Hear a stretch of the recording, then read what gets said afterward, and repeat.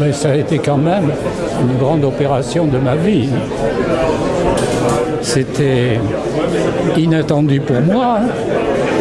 Inattendu et pourtant espéré.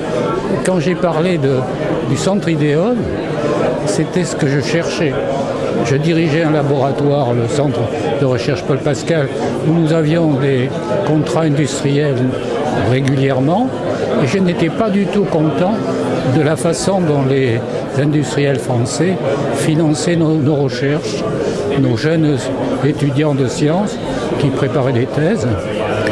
Et donc, quand j'ai découvert le centre Idéon à côté du laboratoire d'un de mes collègues suédois, ça a été la découverte. J'ai dit, mais c'est ça qu'il faudrait qu'on fasse en France. D'où ce que vous m'avez entendu dire. Mais je pense aussi que ce qui était très important, c'était que nous n'avions pas l'équivalent en France, et ce n'était pas étonnant, car le mot d'incubateur, il est né en Suède.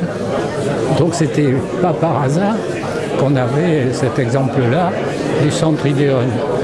Donc ensuite, bien sûr, j'ai vécu tout le développement de l'ordre Unitec d'une façon aussi intense que l'activité de mon laboratoire de recherche.